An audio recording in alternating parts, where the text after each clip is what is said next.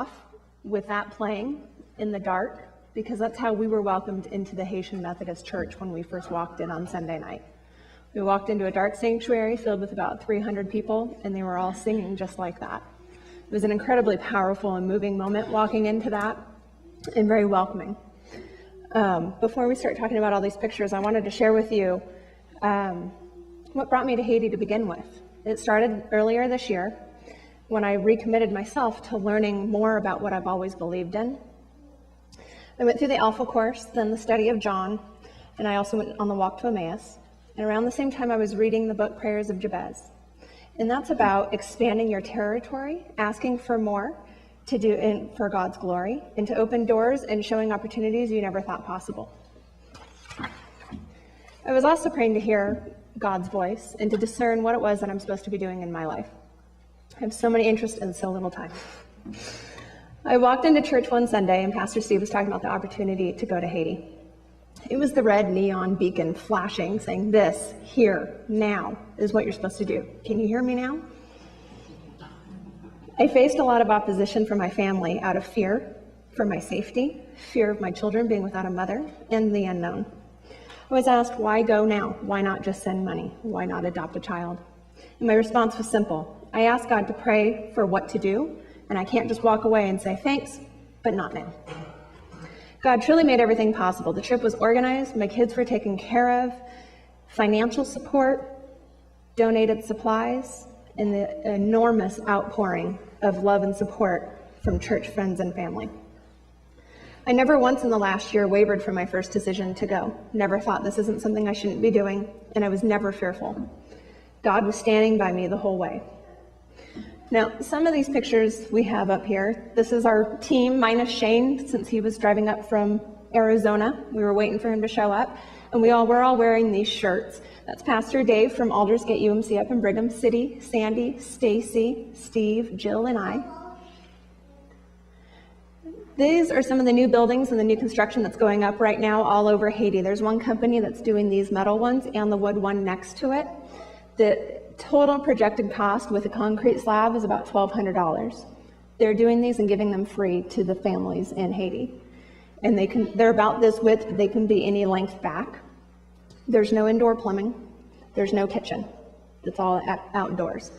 And most people sleep with their mattresses on the floor. This was a political rally. They're in the middle of all their political stuff, just like we are in November. And they were all walking down the road. They had music blaring. Everybody was dancing. They're having a good time. And if you notice, a lot of their faces are turned towards the camera because we were the odd man out. We stuck out like a sore thumb. Everybody was like, what are they doing? This is the fence. The project that we worked on was at Pastor Admiral's house. He gave up his entire house for us. Even his master bedroom, him and his wife slept on the back balcony and gave their entire house to us for the whole week. Their wall fell down during the earthquake. It's about 150 feet long from the front to the back of the property. And this is the makeshift fence. Now, a funny story was that Shane was given the duty of going on the other side of the fence and pounding the nails out of the fence so we could take it down and save the nails. And at this time, Pastor Steve's up here, and Shane's down at the other end, and he works his way up. Steve didn't know this is what Shane was supposed to be doing, and he sees these nails popping out. So he takes it upon himself to grab the hammer and pound them back in. And Shane stood there very quietly like, is it one of the workers? Like, I'm not supposed to take this down? And then a couple more, and he peeks up over, he's like, Dad!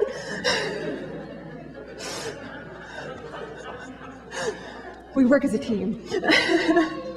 This is the water filter project. We each donated $285, and it went towards this water filter project. It's nothing glamorous, but it works very well. They can use it at the clinics, they can use it out in the countryside, and it's already been a big success. What it is the top 5-gallon bucket is filled with water and some bleach, and it sits for about a half an hour. And then it goes down into the bottom bucket, which is right there, and there's that filter process, and it filters out all the gunk and the bleach so it's drinkable. Still not drinkable for you and me, because we'll still get sick, but it's better for the Haitians. And they're storing them in Port-au-Prince, and as they hear the need, they're shipping them out to where they need to go. This is us just having fun with the neighbors next door. There was a bunch of girls that were all cousins. They all live on the same property on different houses. That's Steve jump roping, and then me. These are some of the girls. The little one is Miss Abigail. And then Shaw May, she knew actually quite a lot of English. She taught us a lot of Creole. Shane knows more than the rest of us because he has better retention. This is the church in Petitgoave, and this is the Methodist church where we worshiped. And this is what we walked into Tuesday night. Now, a quick story about the church. As we walked in, like I said, in the dark, the Sunday afternoon, Pastor John said jokingly, "The last team got up and sang for the church. What are you guys going to do?" And Sandy from Aldersgate went, "I brought music. I brought 8 things. I printed them out. Everybody has a copy." She went running upstairs to get it, and John's face kind of dropped because he wasn't really expecting us to actually want to sing in front of church. And we got up Sunday night and we sang Amazing Grace. We still don't know where our voices came from because it boomed in that church from that small group.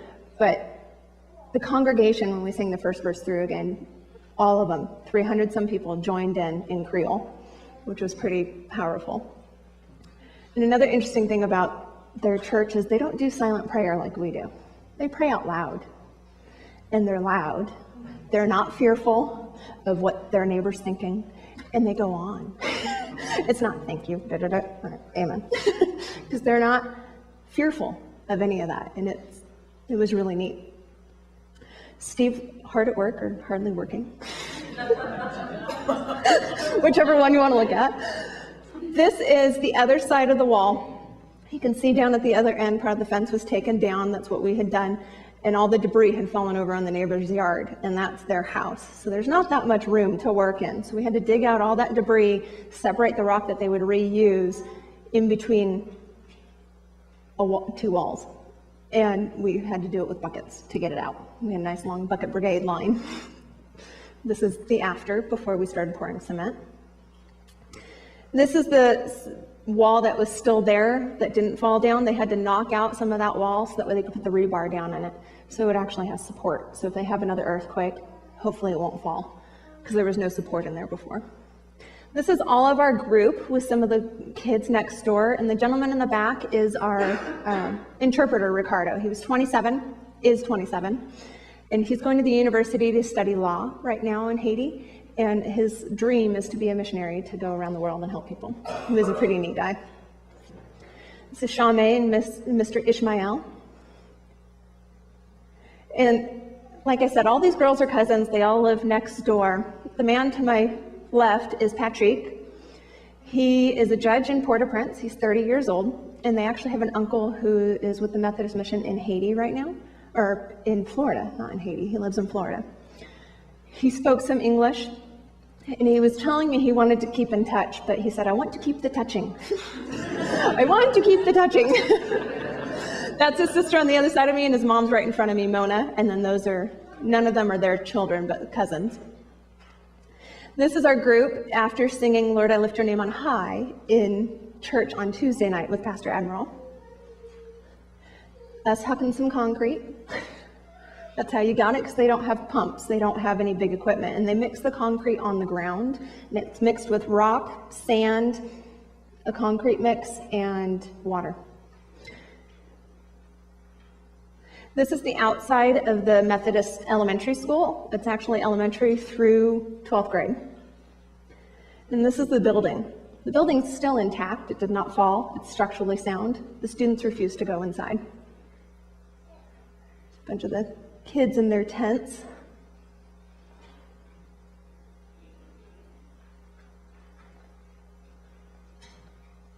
And they're happy. You walk in and it disrupts their whole classroom. Everybody's looking and smiling and waving. And this is Myrna. I almost called her Mona. She's from Wheatland, Wyoming. She joined us on the trip. She's a 72-year-old retired nurse. Her and Ricardo, with his help, told the nurses at the clinic how to use the special equipment, like the blood pressure cuffs, the stethoscope. Those that they're holding right now are casting kits. They had suture kits. Probably 75% of our supplies were medical supplies. And they all went to this one clinic that's on the Methodist compound, and it's free. The original clinic fell during the earthquake, and killed 2 American doctors that were over there working. And they will take the medical supplies and give them out to the countryside and places that they need it, and then they'll keep what they need. And there's the picture of the clinic. That's 2 tents. And at the back of that property is Pastor Maud's house. And she was in her house during the earthquake. It was the middle of the night, and she tried to run out the front door. And they have heavy metal doors. They're all locked. She couldn't get out, so she ran out her kitchen door. And as she ran out of her kitchen caught on fire. But she made it out safe, and everybody else was safe as well. This is the new Methodist, and this is all in the same street. They're probably just a few blocks away. This was the team that went in before us. They rebuilt that rock wall because that had crumbled during the earthquake. And this is, next picture. This is the house that they are fixing up right now. That will be the new Methodist guest house. So when more teams come in, they will have a permanent place to stay so the pastor can have his house back. This is the wall after we've poured the concrete down into the rebar, all the way down into the ground, and then giving it a good base so they can put the rock on it. Now, since we left 2 days early, we didn't get to see the brick being put on, but we were told it would be done regardless if we were there or not. This is a pulpit in the Port-au-Prince Methodist Church. It's a beautiful pulpit, and on it you'll see a saying. It's in French, and it says, "If you look for me with your whole heart, you will find me." I just thought that was really beautiful. And Haiti's a beautiful place. It's a lot like San Francisco. It's very hilly. This just gives you an idea of how they live every day. They have their markets right out on the street along with their trash and debris, and this isn't any different than what it was before the earthquake. This is just how they've always lived. And we actually spoke to somebody who'd been to Haiti 18 times in the last 10 years, and they said the streets are now cleaner now, even after the earthquake, than they were 10 years ago. So there has been some improvement. This is the Methodist Church in Port-au-Prince that we got to go visit on our way out. The church was fully standing. Nothing happened to it during the earthquake. And they're actually adjacent to a prison right next door, and the prison wall on the backside fell, and all the prisoners just walked out. That's the inside of the church. It's beautiful. I told Steve I'm a little jealous. Their churches are bigger than ours. And then this is just the last slide. This is us on the shuttle bus. I mean, we walked into Haiti singing and laughing, and we had a good time, lots of jokes, and we sang all the time. Monday night, we were figuring out what song we were going to sing on Tuesday, and we were sitting on the front porch, and right next door was a nightclub. Every night they crank up their music. That's what we get to go to bed to, is dancing music. And we were sitting there singing Monday night, and we would stop singing, and we realized their music was off. They were silent. They were listening to us. So we get on the shuttle, and there's all these Christian sayings on the back of this guy's seat. So we decided we'd sing for him too. We sang, "Lord, I lift a name on high," and he turned around and said, "You guys are on the right bus." So it was a good end to our journey. And then I'm going to play this video because it really spoke to me, and I got this actually when I got home from Haiti. Last week, Debbie Paulson asked the question, what's the difference between being a Christian and a disciple? Do we have a lot of Christians sitting in church, or are we being true disciples and going out to be with people? God is standing by me and guiding me in what I should be doing. Everyone, everywhere, needs someone to stand by them. I invite all of you to re-examine what it is you can do to stand by others, either locally or globally. And remember, the greatest of all mistakes is to do nothing, because you can only do little. Do what you can.